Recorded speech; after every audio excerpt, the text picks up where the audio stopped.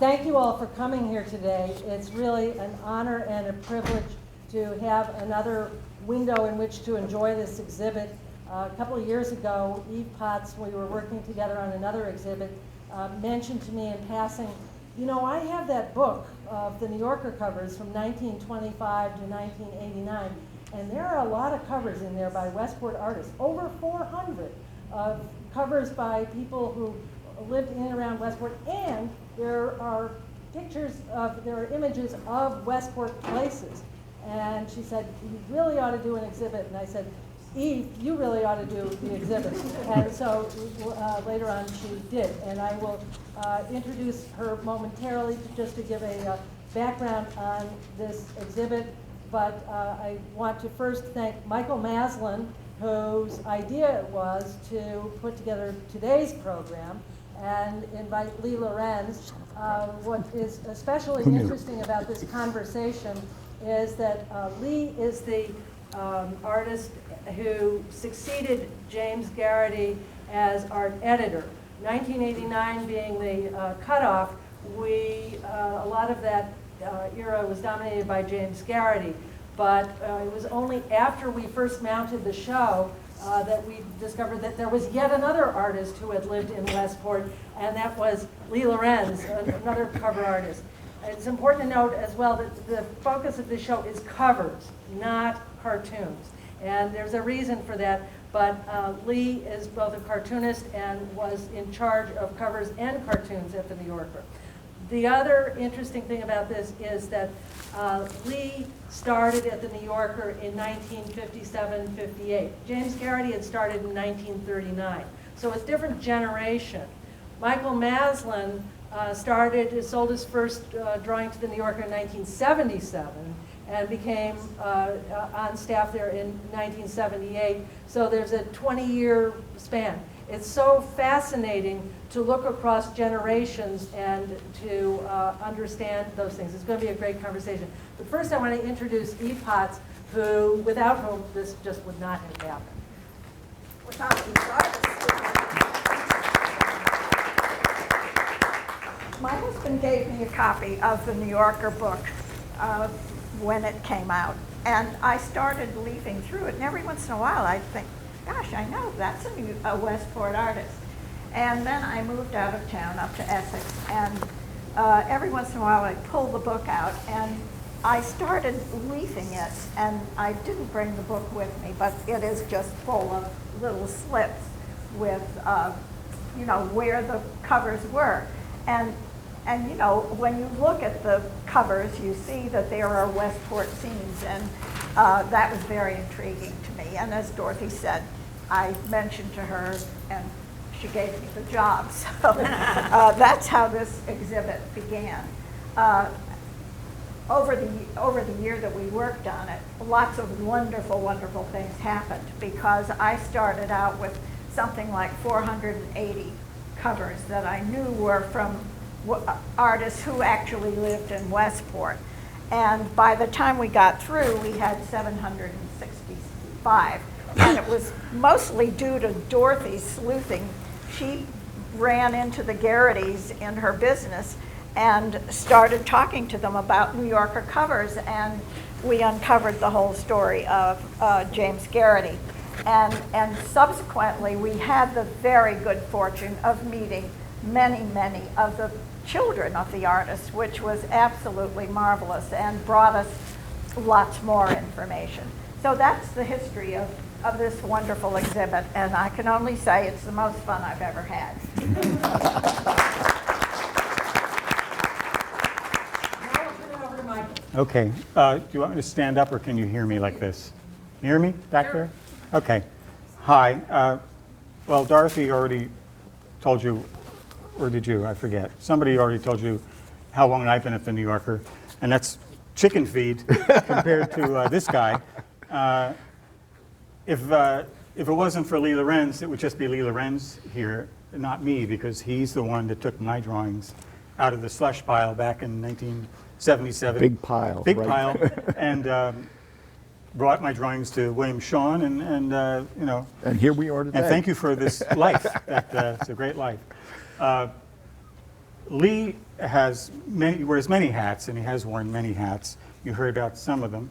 He was the we'll go backwards. He was the art editor from 1973 to 1993. Is that right?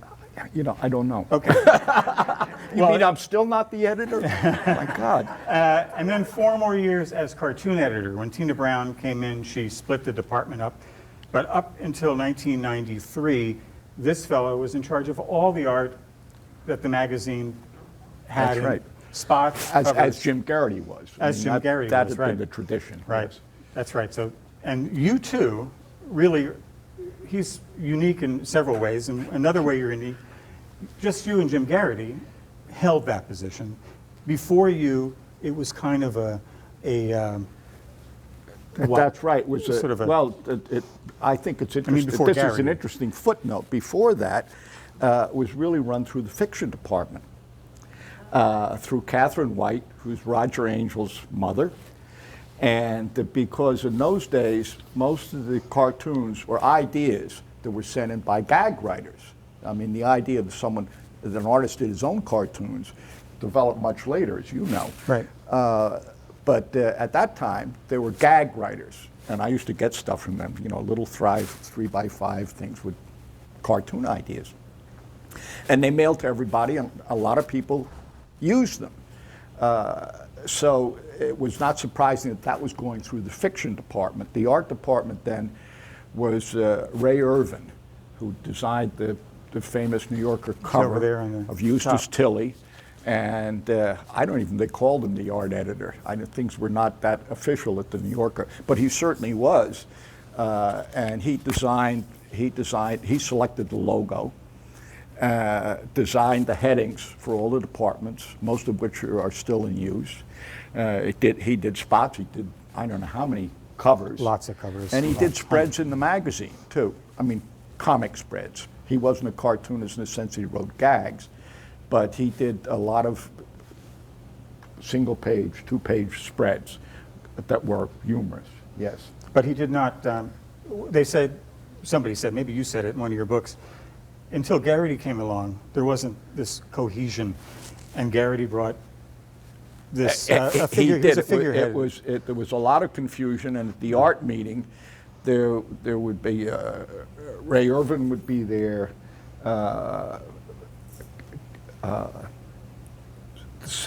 somebody's secretary who sort of, I guess, kept everybody in order at the meeting. The guy that would hold up the artwork, maybe. Well, Right. no, you know who that was who held up the artworks?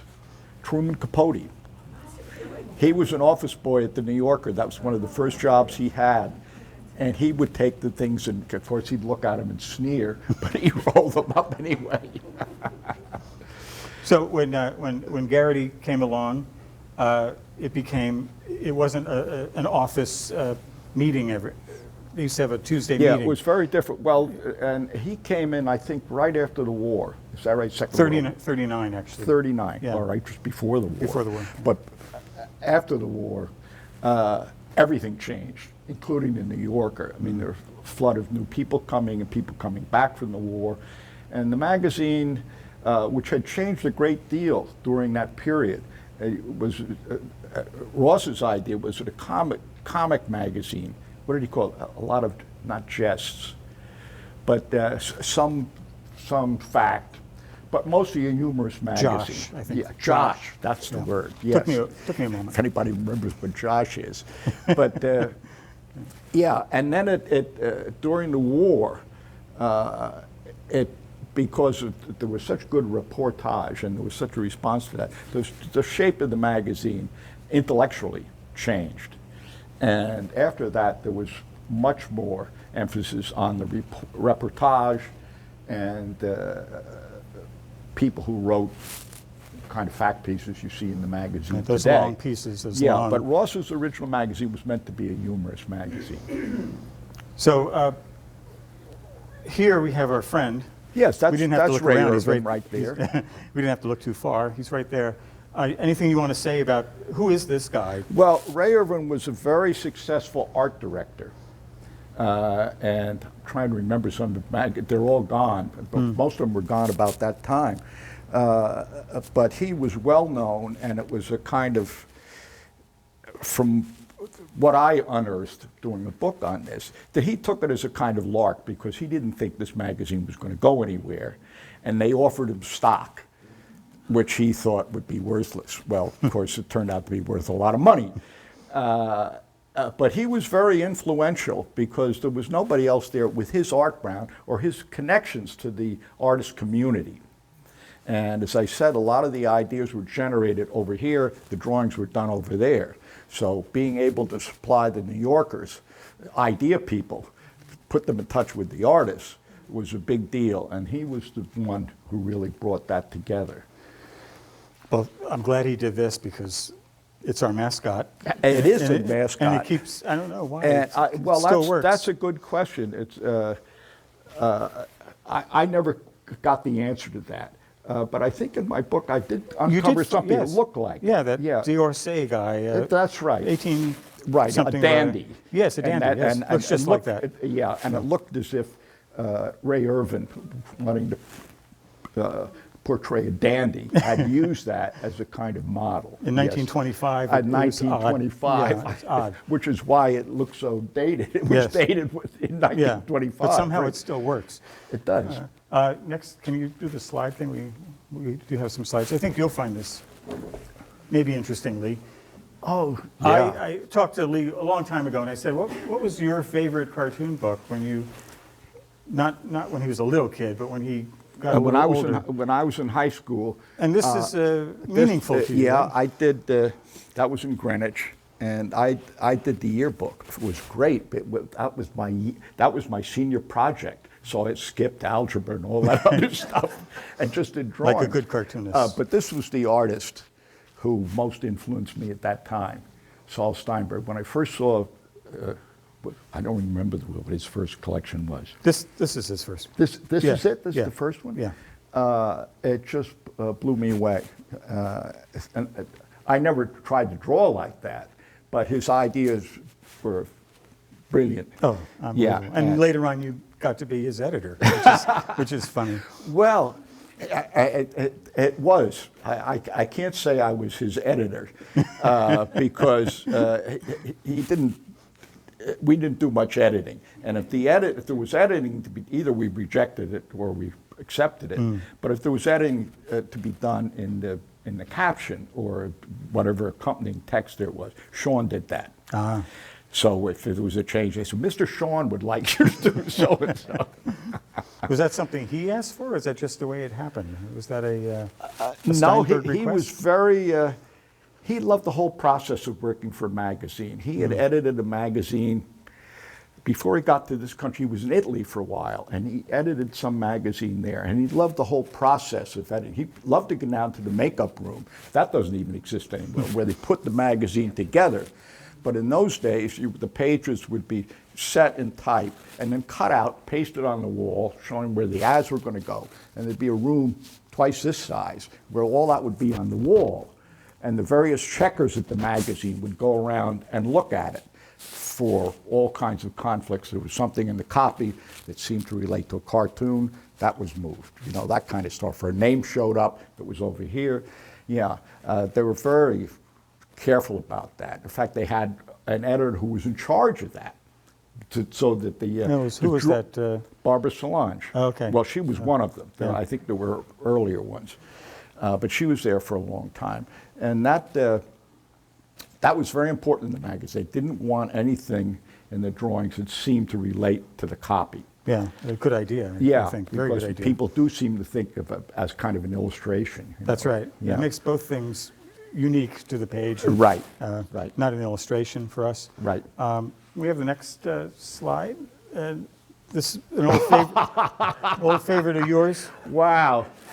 You can't get away from your sins, can you? Do you want to tell them why you found that funny? Or? It's his first New Yorker cartoon. Is that the first one? This is your first one, yeah. Oh, According well, to their archives. that I did myself. That you did. Yeah, right. And we'll talk about the other part of that. All right, so what was your question again? I didn't have a question. I just wanted to shock you. Your later cartoons don't look like this, really. No, they don't. No. The signature looks pretty much like that. Yeah. I started the New Yorker before I really had developed the style, and there were so many magazines at that time. You know, all the large circulation weeklies, Post, Looks, Collier's, Saturday. What else was there? Ladies' Home Journal, and then there were Playboy came out, and all the Playboy imitators. So, and some of these were in color, Esquire. Sports Illustrated ran cartoons then. So I was working sort of in a variety of styles, sometimes in pen, sometimes in brush. And it wasn't until after I came to the New Yorker, and had been there for a little while, that I decided very consciously what I wanted to do. I wanted to simplify it. I wanted to draw it in brush. And you would be. I read that your hero, the brush hero, is Milton Caniff. Is that his Milton Caniff, who did a Caniff, comic okay. strip called Terry and the Pirates. Right. And later he did something called Steve Canyon. Right, I remember Steve Canyon. Yeah, because the syndicate owned the other one. so then he began to make some money. So those vigorous blacks. That's what it was. was. And you know, I was thinking about that the other day, and it was that lush black line that I like so much. And then I remembered when I was a kid, get out of my grandmother, and she saved paper bags. Grew up in the Depression. She saved everything, but that's what I drew on down there. And if you have a pencil, you know, ordinary pencil, and you draw on a paper bag. Yeah. You get an interest, there's a certain kind of texture there. Yeah. And if the pencil is a little bit soft, like about HB, you begin to get that line. And I remember, looking back on it, how much I loved that, drawing on a paper bag. And That's great. Yeah, and I think that was a prelude. And later I realized you could get that with a brush. Right. I was in art school before I figured that out. They didn't use brushes when I was in high school. Well, the to look draw that with. you ended up with, a lot of people have said to me, how does he do that? You know, they don't know, sort of like a magic thing. How does he, you don't have to tell us. It's okay. No, I use it the way anybody would use it, But I it guess. looks like something else is going on there. You don't have to divulge anything. Maybe there's not. If it is, Let me I just don't think know there about is. it. Let me just think there is. No, well, we it's have the line. I think that's what it is. What I like it is the line, Now- and the sense it gives you of the artist. Rembrandt was always his drawings were always my favorite. And even though he wasn't entrusted, it was a pen usually, Yeah. but that inflected line. Which you is- handle so Well, beautifully. that's what appealed to me. Yes. Now, you mentioned that people did ideas, and you did ideas I did. for people. That was the way to get into the magazine. You would leave your stuff there, and when they bought a certain number of ideas from you and gave them to other artists, you felt you were entitled to go in and say, "What about me?" What about me? Right. And this is one of your ideas, I believe, that Robert Day did. Yeah, and I said, who did I say it was? Richard Taylor. I thought it was Richard Taylor, but you're right. Could have been Richard Taylor. It could have been. But it so did a this is one of beautiful your drawing, This is yeah. a Lee Lorenz idea on a Robert Taylor, or Robert Day. I'm sorry, Robert Taylor was an actor. Robert Day drawing, and do you know why the idea that cartoonists using other people's ideas, why that sort of became like a dirty little secret? Do you know what I mean? People didn't want to talk about it for a long time. Well, I wasn't aware of that, but it couldn't have been much of a secret because No, it in wasn't the a early secret. days it was pretty clear. A cartoonist meant you did the drawings; it didn't mean you did the ideas. Right, And there right. were people. Most prolific one lived up here in New Milford, Dick McAllister. Remember Oh, him, yeah. Richard Yeah, yeah, McAllister. And he did ideas for everybody. Did a The lot. most prolific idea man. Yeah, and I'm sure he did a lot of Day's ideas because a lot of the artists were not idea people, and so there were people who. I know he was George Price's idea man. Yeah, Cochran. John Cochran. John Cochran? Yeah. really? Yeah, and who eventually managed to get some of his own drawings. Yes, in that's magazines. right. Very simple But drawings, Price couldn't do ideas, and so And he was did ideas for Peter Arno yeah, right. later on, and a bunch of other people. Right, but some of the ideas, like Cochran, you just mentioned, actually began to sell some of their own drawings. His drawings were very elementary, you might Yes, say. elementary. But they were good for for his ideas. They were usually. very nice. They were very nice. Do you remember back home again in Indiana? Yes. The guy getting off the bus in this great plane, looking so brokenhearted, standing there with his valise as the bus pulls away. So that Robert Day, who I don't know anything about, but we can talk about him another time unless you Okay, have, well, do you know something about him? We're talking about, what the stereotypes of cartoonists. Yeah. He looked like an insurance salesman. He was tall, quiet, always wore a suit, usually a long coat, summer or winter it seemed to me, and a sort of formal manner. And he was part of the generation of artists who did not do their own ideas. And he was in the magazine forever. I don't Right. know the dates, Yeah. but I have him here somewhere. You can see the next slide. I thought we'd just see some Lee Lorenz cartoons, and then we'll get into some other people. Everybody read that? I love this cartoon. Or drawing, I should say.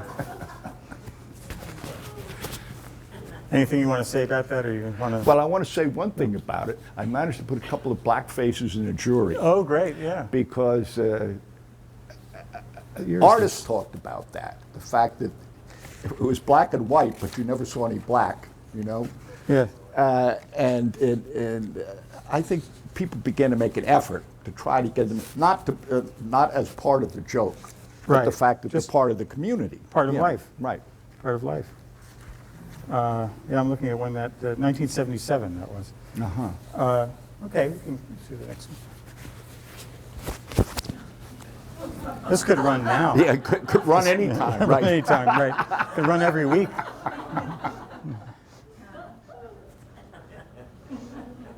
Well, that's my favorite guy, right? That's a great guy. Yeah, but he turns up all the time. He's a great guy. Yeah. Love him.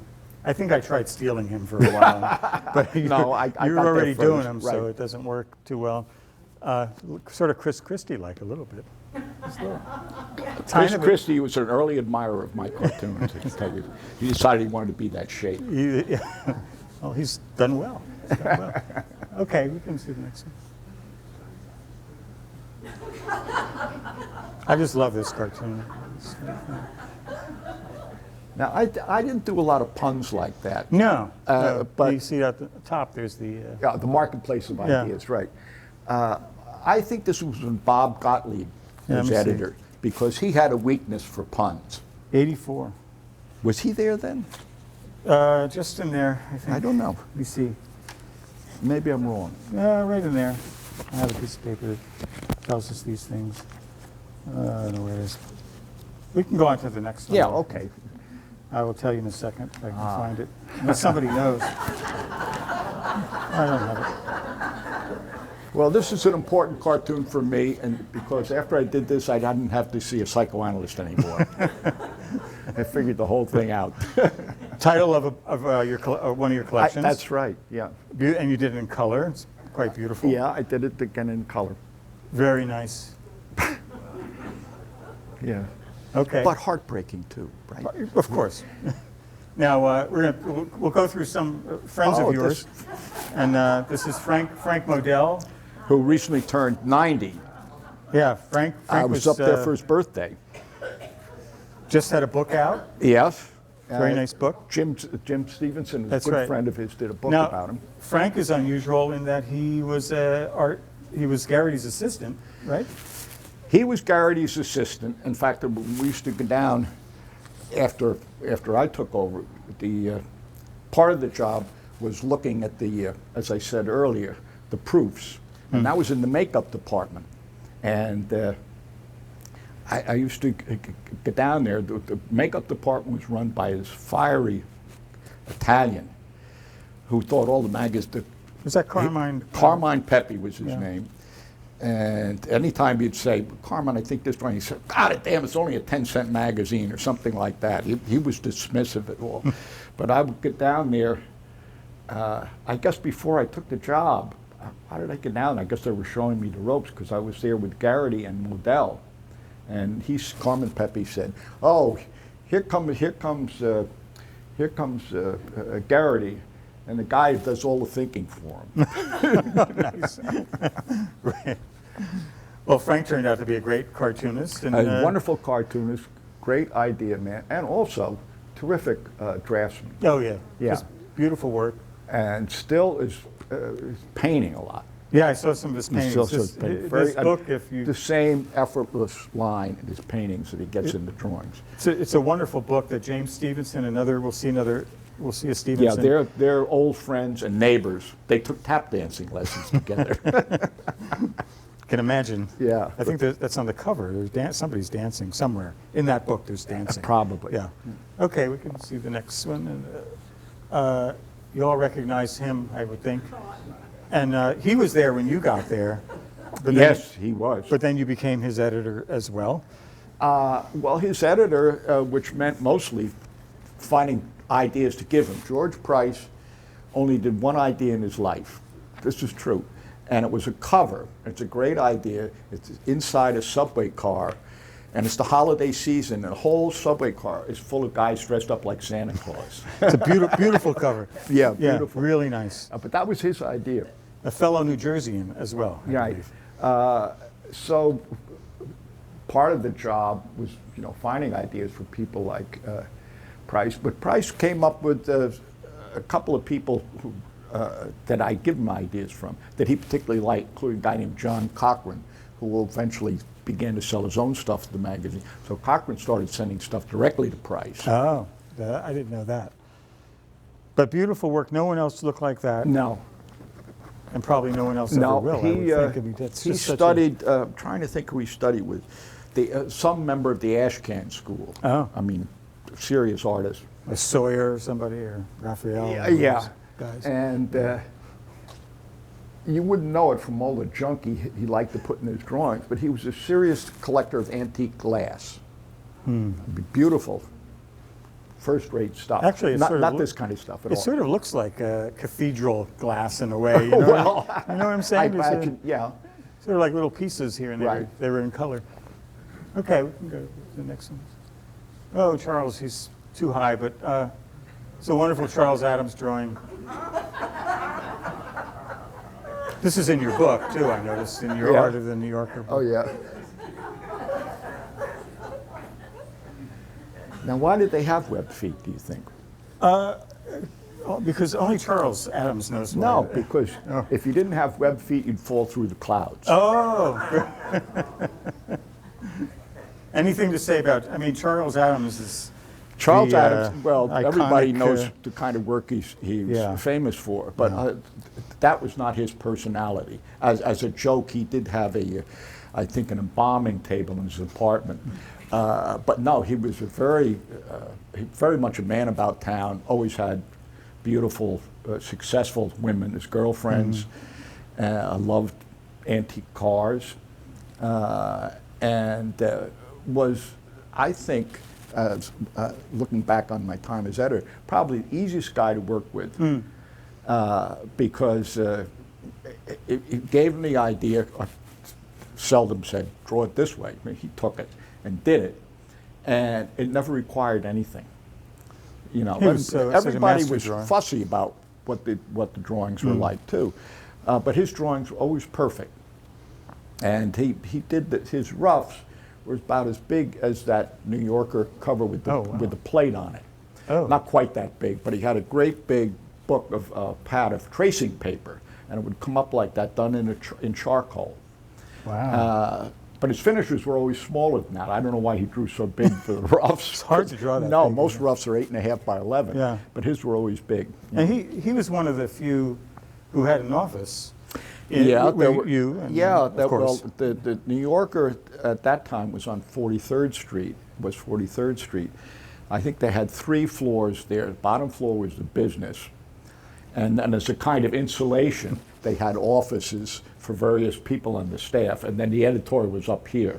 So we were the insulation between the business department and the editorial, because they weren't supposed to talk to each other. That was a big no-no then at the magazine. But yes, Garrity at one point, I can't remember how we got into this conversation. I was living out here then. And I don't know if I was going through a divorce. No, I don't think so, because he said something about if you ever need space, you could have space at the New Yorker. Well, subsequently I got divorced, and I took him up on it. And But just a there few was of you, no right? space at the New Yorker. So he took the office to his secretary, Barbara Nichols, who later started her own business, gallery, selling New Yorker art. And it cut it in half. She's never forgiven me for that. So there was this long, we had side by side these two long, narrow offices, each with a window at the end. Nice, very Right. nice. So it was you and Charles Adams, Warren Miller, I think. had Well, office? later on, there was a nest of us down. They moved me down to the 18th floor. That's where Adams had an office. Warren Miller had an office. I had an office. Ed Koren, perhaps, later on? Did he have an office there? I don't think Ed ever had an office there. He wasn't. Was he living in New York then? He lives up in Vermont now. I don't think he was in the city that much then. But there weren't. They didn't like to have writers or artists on the premises. So that was lucky. I mean, I was, as I say, I needed space. And you actually did work there? I did. I slept there sometimes during the day. Of course. Okay. What's, Dana Fraden, who was here, he was here at this opening. He's also 90-some years old. What do you mean also 90? I'm only 80. No, you mentioned that Frank was 90. I know, I'm kidding. I know, you're a kid. Dana, I was just thinking of Dana. Yeah, he still lives up in Newtown. Lived up there. I used to live in Newtown, so we used to see each other, if not during the week, although we did see each other a lot during the week. Was coming in to New York to go to the art meetings. There was a little train from Danbury down to, I think, Norwalk, where you get on the main line, to get into the city. One of the most prolific guys. Yeah, a 1,000+ drawings, as you are. And I think he sold a lot of ideas too before he managed to sell a drawing. Yeah, that's right. Yeah. And in fact, he said to me, the first drawings he sold, because they didn't think he could draw it. I mean, his cartoons are terrific, but it were always doors with signs on them. They would accept Out his of doors, rendering right. of that. Very simple, yeah. Yeah, right. Okay, let's see the next. And Robert Weber, who's still with us as well. Yeah, I had lunch with him last week. He lives up in Guilford. Not in the magazine anymore, unfortunately. But No. Well, I'm not in the magazine much anymore either. But a great draftsman. A great draftsman. Great idea, man. He's a wonderful artist. And very modest about his art. I mean, little watercolors. Everything he did was small, not the drawings, but that he has hanging in his house. They're beautiful. I mean, elegant and sensitive, lovely color. He did some covers, but you don't get a sense of what a good artist he is. Yeah. I mean, But it's better these than things, that. Yeah. these But here full you get a pages sense of his composition. And how he managed to capture the New York skyline. This is done with a charcoal pencil, by the way. He started drawing with that. He did a lot of advertising drawing. I don't mean cartoons for advertising. I mean drawings of guys in suits and so on. Wow. And that's what he worked in. And that was always his favored medium. One of the few, there are only about 20-some New Yorker cartoonists who've sold more than 1,000 drawings. There are people keeping track of these things. It's like baseball. Well, they have a library And, there. They keep track of everything.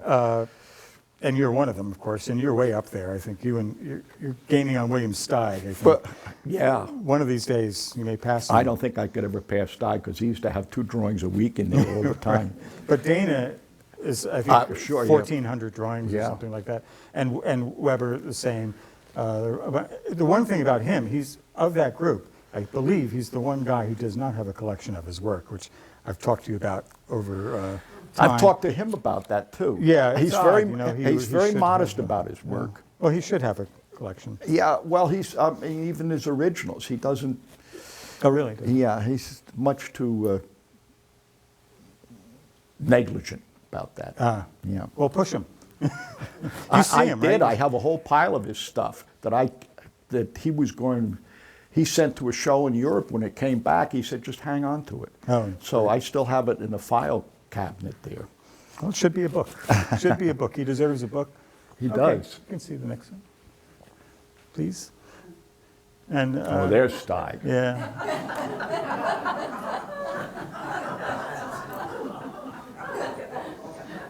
And he was working until he was 98 or something. That's the orgone box that kept him Yeah, going. it kept him going. He was a great follower of Wilhelm Reich. Probably nobody here knows who he is, but he was very, yeah, the orgone box. Well, he had an orgone box. He once got me to sit in it, and I sat in it for a while. And he said, "Do you feel anything? Feel it?" I never felt anything. I felt I was making a fool of myself sitting in a box. But he sat in it every day. He was a great. In fact, he illustrated a book by Reich called "Listen, Little Man." Yes, I was going to get a slide of that, Right, but yeah. I couldn't quite get one. But and he had his.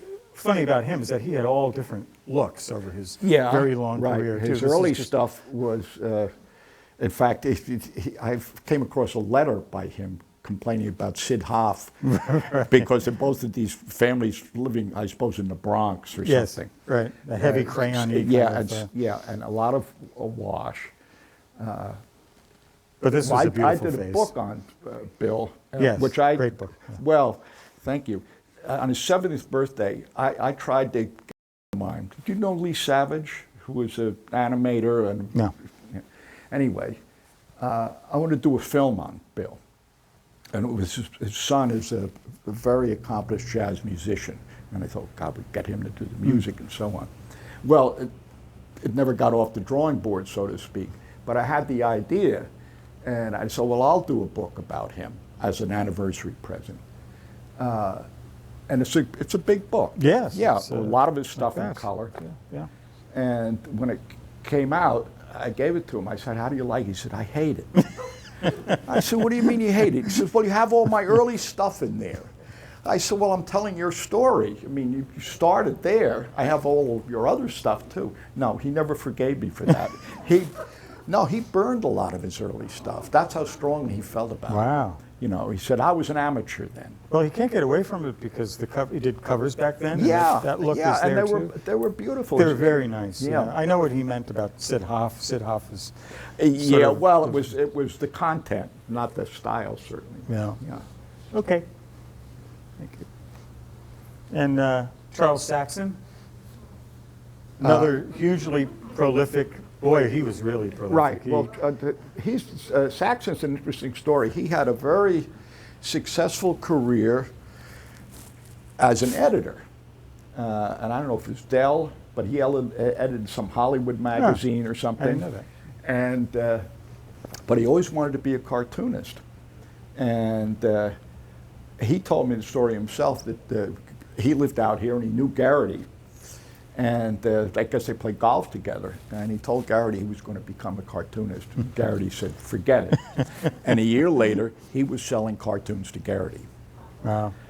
And he did everything. He did. Covers. and- Well, he was better organized than your average cartoonist. I mean, he had a good business background. Did those great spreads. He did great spreads, and he also did all this advertising. At that time, there was a market for cartoons and advertising.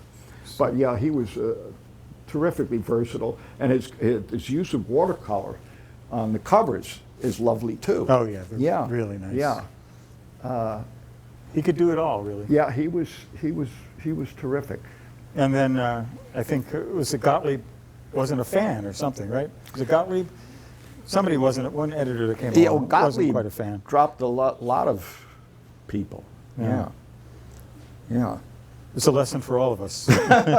Giants can fall. Right. Okay. But he brought in some interesting people too. Oh yeah. And Jim Stevenson, who we mentioned.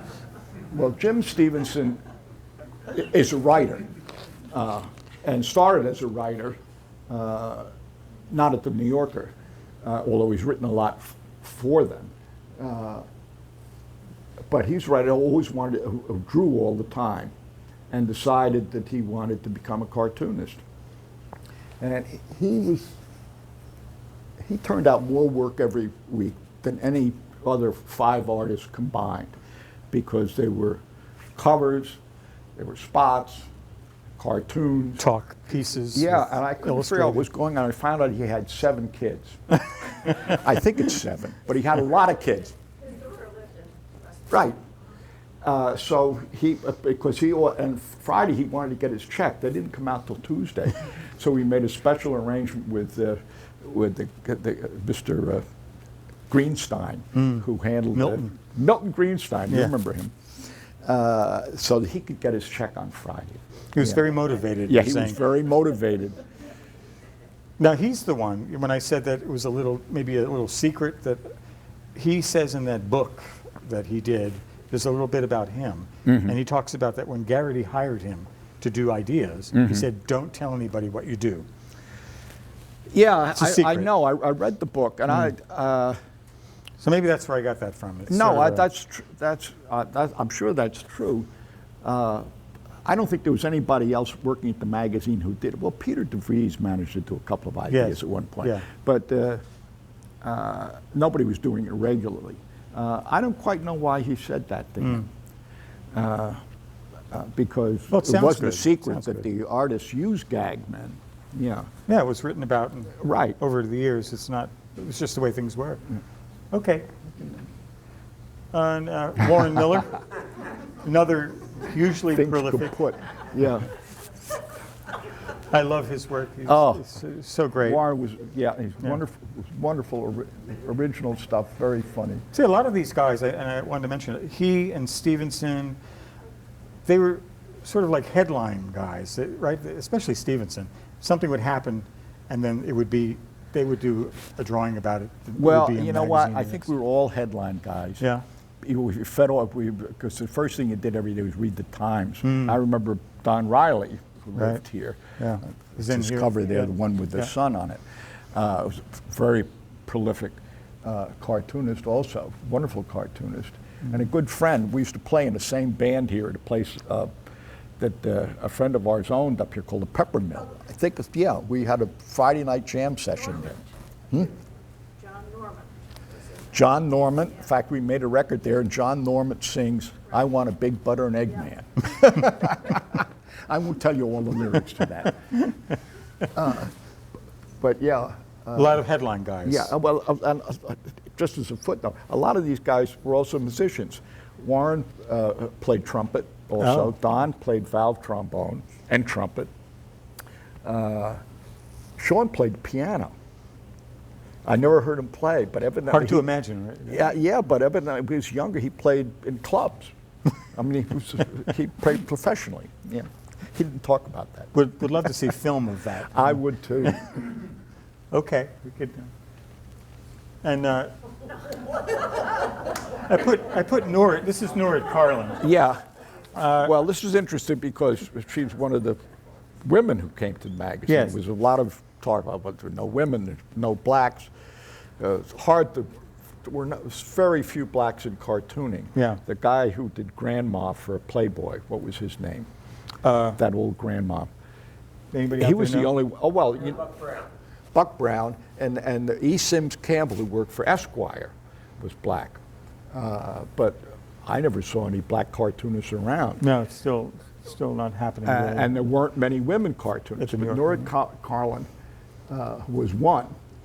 Well, the reason I put this up here, not because she's a woman. Because of the chicken. Because it's captionless, and just for a moment, I wanted you to address how there aren't that many people that do captionless cartoons. And she I think a lot of hers are captions. Am I wrong Almost about everyone. that? Yeah, right. Almost every single Right. one. So a career out of John O'Brien we now have, who does captionless drawings, but hardly anybody does. They're very difficult. I've done a few, but you've probably done some. And I guess, as I said, when I started, most of the cartoonists, instead of trying to come up with captionless cartoons, bought captions from people who did the drawing. That's right. It's hard to come up with good captions, cartoons. Yeah, it's a struggle. It doesn't happen very Yeah, often. I mean, that isn't the way most of us think. I mean, I don't think really in terms of the picture. Right. I think in terms of the caption, and then work on the. Well, that's an interesting thing, too. I think a lot of people don't realize we spend most of our time on words. Right. Danny Shanahan says... And editing the words. And editing the words, yeah. Oh, yeah, that's all day long. You probably know that because I think I have in the book was the long exchange between, was it Peter DeVries, who sometimes worked on the captions, Yes. you know, the novelist who lived here too, Yeah. and Bud Handelsman. Yes, yeah. About, what was it about? Something. It was a philosopher. Yeah, it was. I can't remember.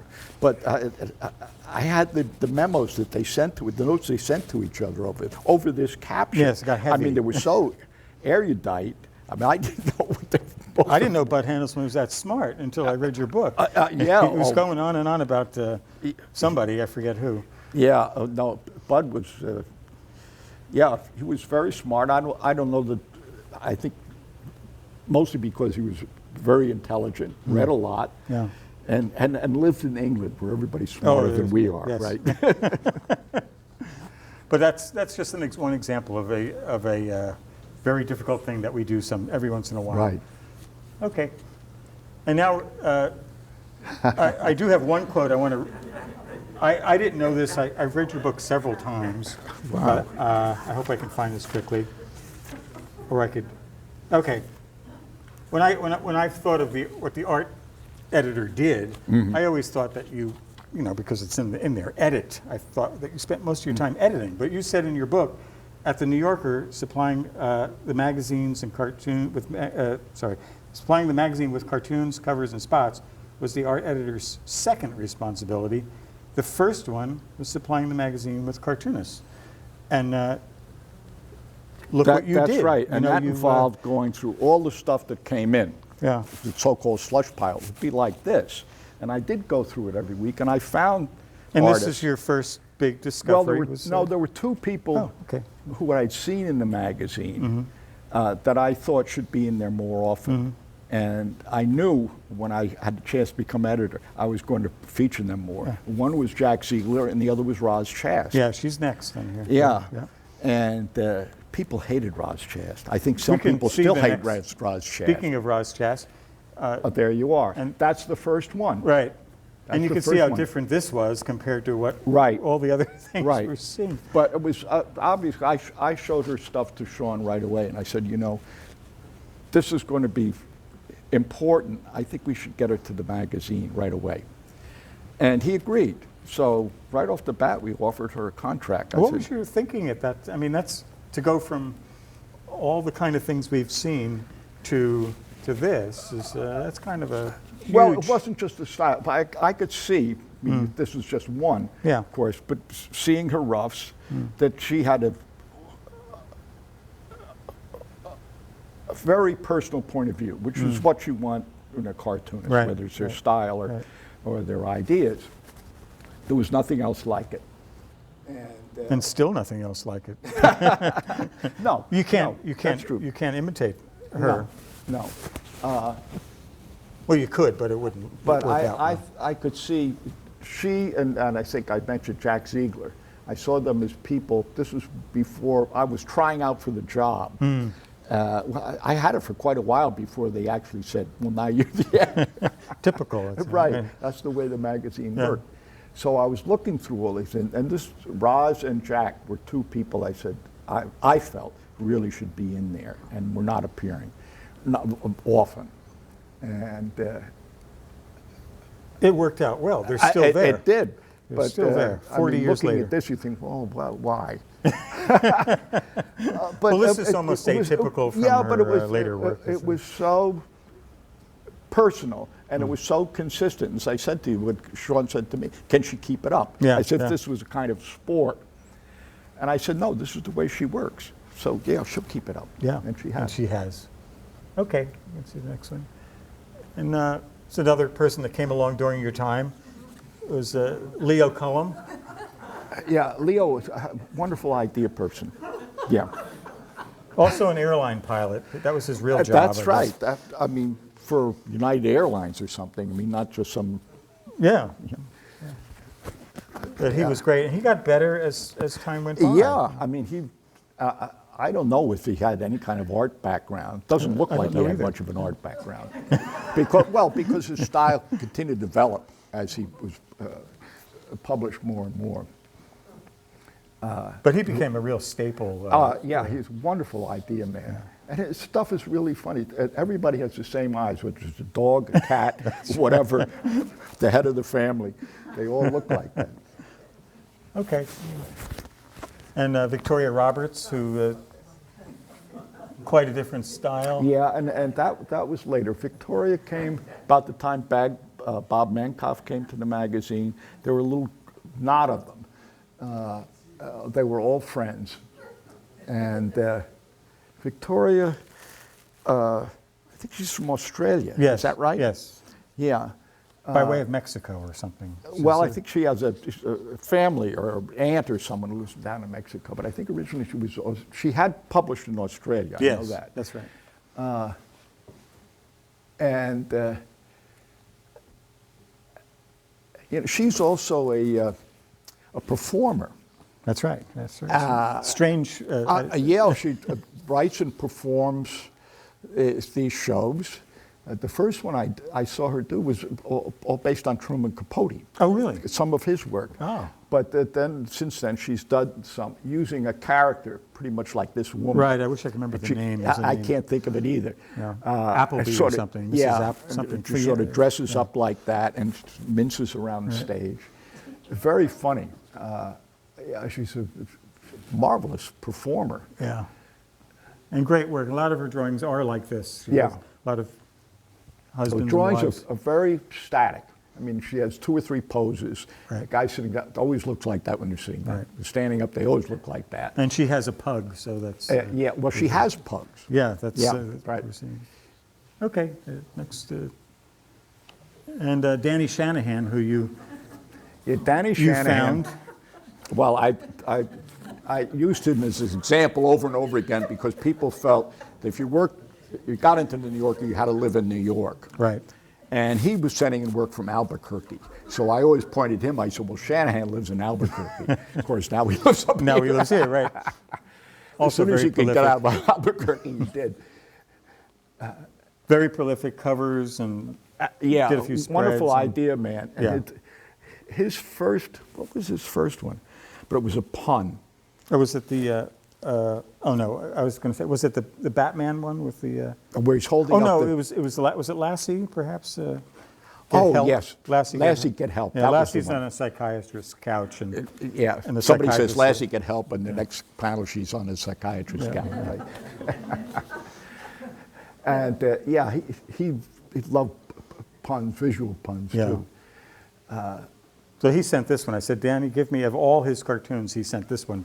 I don't why, but it's not really normal for... Yeah, you don't think of jellyfish as being funny somehow. No, but in this case, It's not they are. the most Yes. congenial subject. He's got a great mind. Yeah. Okay. But I love they managed to get an expression on that jellyfish with just his eyes. That's right. Yeah. He can do it.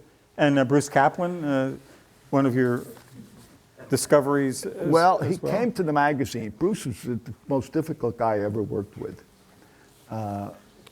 He's a successful screenwriter, is that what he does? He's a Wrote producer, for television. TV producer. TV producer. Yeah. So he was used to being a big shot. He wrote for Seinfeld, a couple of That's right. some And Seinfeld he was episodes. very successful. And so he always complained he didn't sell enough.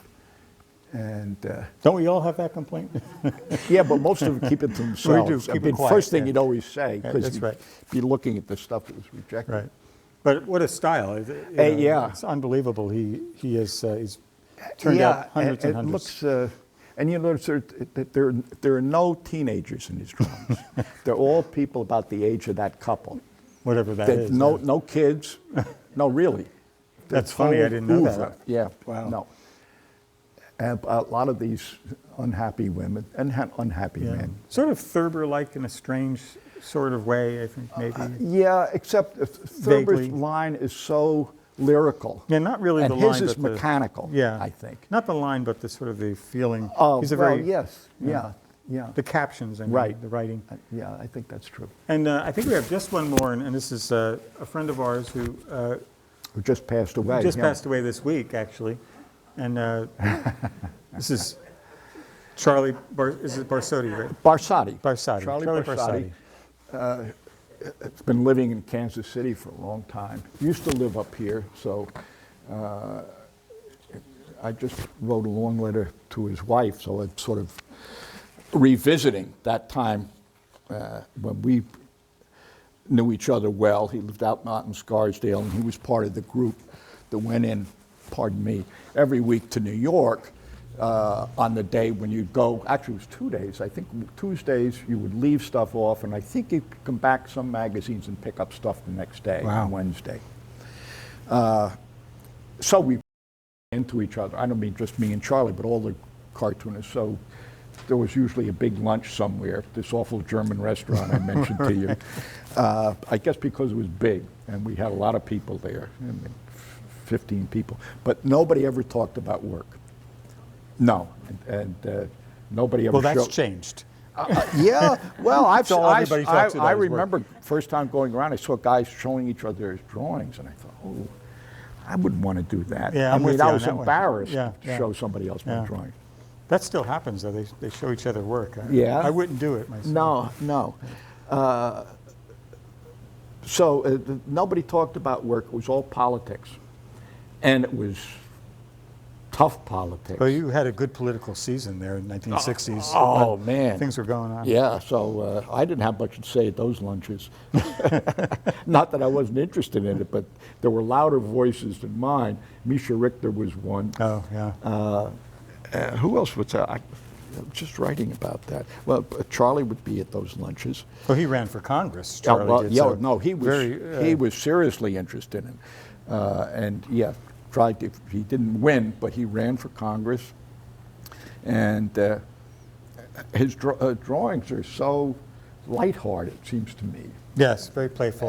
Yeah, playful and there's a sort of Thurber innocent. influence But there, he for was sure. a very serious guy, and when it came to politics or public affairs, social issues, he had very strong feelings, and not often reflected in his work, I don't think. No, you And wouldn't know I- it, no. A lot of artists, Well, the including me, businessmen- like to get something like that in there if you could, but he didn't. His businessmen sometimes seemed a little Yeah. nasty. Right. Sometimes. Yes. Right. A lot of money cartoons. So that's it. Any questions? No questions. Oh, good, a question. Do the artists at the New Yorker still rely on idea men? No. No, I think about the time I started, I had nothing to do with this change, but most of the young artists coming in at that time did their own ideas. And the gag writers, I mean, they were phasing out because that generation liked to do their ideas. Yeah. So that was sort of the end of that. Yeah. Cartoon, the contest in the back of the book now, a magazine every issue. They never seem, in my view, never seem to really hit the bullseye. I'm not responsible for what's in the magazine, and I refuse to answer that question. What I get into is that there's a tremendous disconnect between the artists that did the drawing, some of which are really wild, and then the general public, I'd say, trying to match that. Well, everybody thinks they can do cartoons, and I think though that feature proves that they can't do cartoons. You know, you could say something and think it's funny, but it's not the same as a cartoon. Which comes first? Now, you've been talking about idea man and cartoons. In my view, the caption would come first, and then you would match it. Or maybe they both happen at the same time. Well, I think- can tell you how I work. You want to tell them how you work? I don't really, it happens all over for me, so that's my answer. Whatever, as long as it works, I'm happy. So whatever happens, do you? Now, I think I start with the idea, not with the caption, but with the idea, and refine the caption and do a drawing. But everybody has their own style. I don't know if you had anything. Do we have anything by Henry Martin? No, no. he was a very, he sold a lot to the New Yorker, but he told me when he worked, he would put a piece of paper down and he would stare at that piece of paper until he had an idea. Then he would do the idea. Then he would take another piece of paper. That's similar was to what I revolution- do, really. Really? Yeah. I just start with a blank piece of paper and put on some music and No, wait. what I start with a go pile on of for paper hours. and I make little, I used to have at the time when I do ideas. So I would just make a little doodle with a caption and I'd have a bunch of ideas and then I would make the. I think the you rough. work, Jack Ziegler works like that, I Yeah. think. And Danny writes first, he tells me. he Yeah, that writes was first. my mulch pile, as they called it. And often I would go back and look through those again, and they might suggest another variation on the subject, you know. Yeah, that I do. I will go back over Yeah, things right. that, and there's You don't- gold to be you found don't throw sometimes. anything out. No, I don't throw anything out. Are artists coming from all over the world now, rather than, localized? I mean, in the New Yorker?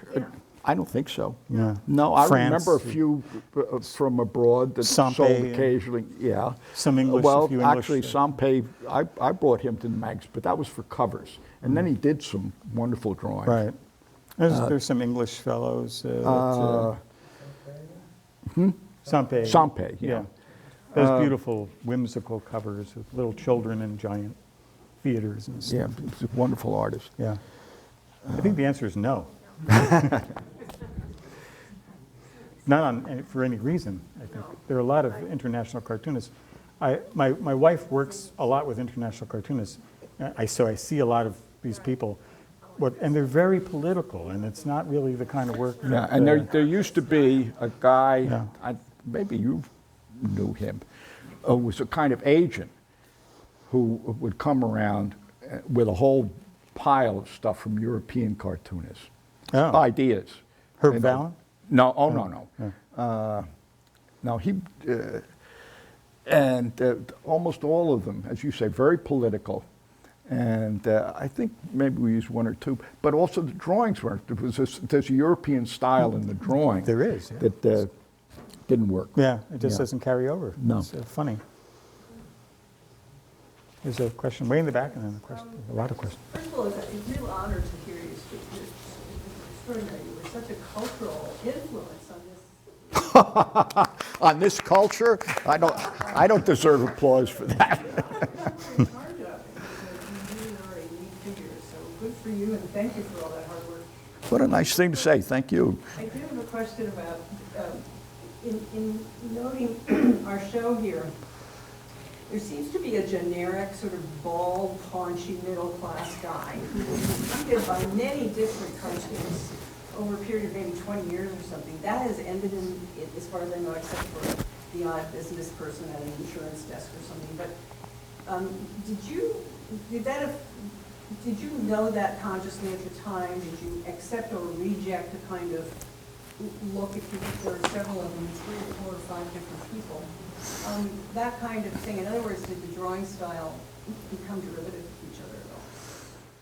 Well, short answer is no, because the early part of my career, I was working for a lot of different magazines, and New Yorker only became important after the first 10 years of my career. So I was doing all kinds of stuff. I mentioned Playboy before, all those Playboy imitators, Esquire. A lot of people use color. A lot were specialized, like Sports Illustrated. I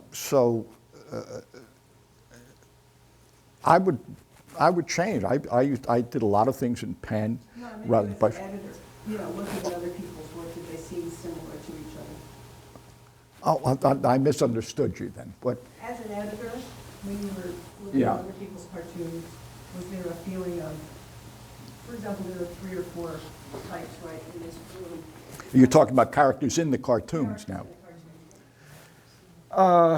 No, I think if a cartoonist has a distinctive style, that's not an issue. I mean, I don't remember ever saying to somebody, this looks like somebody in somebody else's cartoon.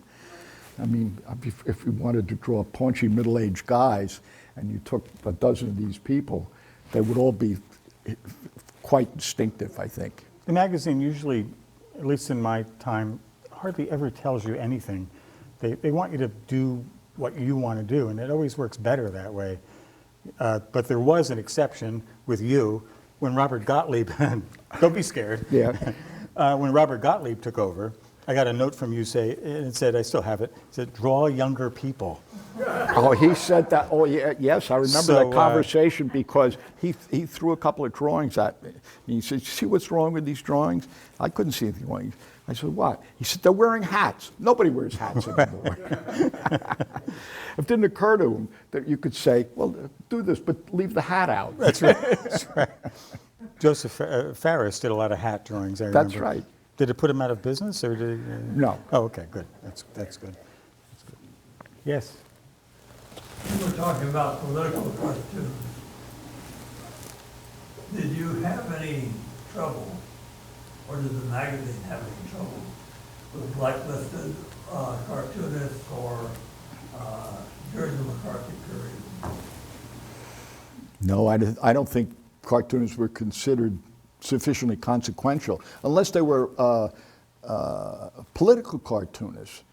Now, I once did a series of interviews with people, including Herb Bloch. Do people know who's Herbert Bloch? Oh, yeah. Yeah. Charming guy and a very influential political cartoonist. Yeah, I think there was pressure on them from editors, from what he said, obliquely, because it's pretty clear he'd be talking about, his editors. But for the gag cartoonists, the kind of stuff, no, if they felt there was a problem, they just didn't buy it. It was easy to solve those. Yeah, it never came up in anything No. I've ever read that there was a problem. Yeah. I have a thought. There's a wonderful and I think very amusing Seinfeld episode, which perhaps you may have seen. I haven't seen it, but I know the episode Well, you're know talking the one about. Where they have a cartoon in the magazine, and it's somewhat like the Roz Chast one, a little bit obscure. So the discussion is who understands what this cartoon is about. So Elaine winds up facing the art editor, and he gets into, well, it's an obscure vision of mores, and she finally looks at him and she says, "You have no idea what this is about." He said, "You're absolutely right." I didn't see that episode. It's famous, of course, but That was I've written heard by about it. Bruce Kaplan.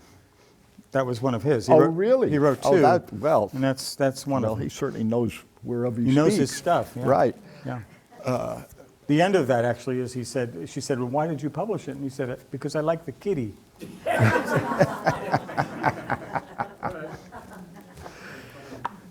But that wasn't the way you operated. No, certainly not. No. Anybody else? I can't put. Were you in complete agreement with Sean when he said the artists should do their own ideas?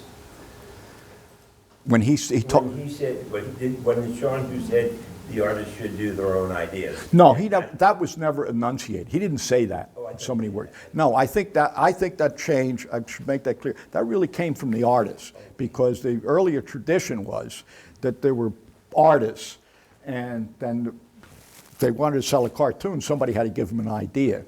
Then 2 generations later, there were people who wanted to be cartoonists and did their own ideas. But it didn't start right away. No. Because you had Adams and you had Price and everyone else. Right, and Adam certainly did some of his own ideas, and when he established what became the Addams Family, then everybody was trying to do Addams Family ideas and selling them. Helen Hokinson had Parker. That's right. Yes, well, right. some people, right. Yeah. She never wrote it, and as I mentioned, George Price, he never did his ideas. But some Gag captions. some people like Thurber did 90% were his ideas. Oh, I think so, yeah. 99 probably, and there were people that way back. Thurber was 29 or 30 or something. He started, so he was responsible. One of his famous drawings, he did not do the famous Spinach? Yeah, Yeah. No, the Touche drawing where he's Oh, yeah. whose idea was that was it? Carl Rose's idea. That's right, you're right. I believe Ross said it would be too bloody if Carl Rose Which did is it, so- absolutely true. True, yeah. Rose, So- very literal artist. Thurber's Yeah. people were bloodless. Right, so, right. I guess we're done. Thank you. Thank you. Were you both funny when you were children? There are no funny children. Those are the people who have children who agree with me. I want to thank Lee and Michael for coming and putting this together, and invite you all to some refreshments in the lobby. And let's give a round of applause for one. Thanks, Lee. It was great. Thank you. We're still friends. We're still friends. Always. Yeah, I learned a lot. I love learning.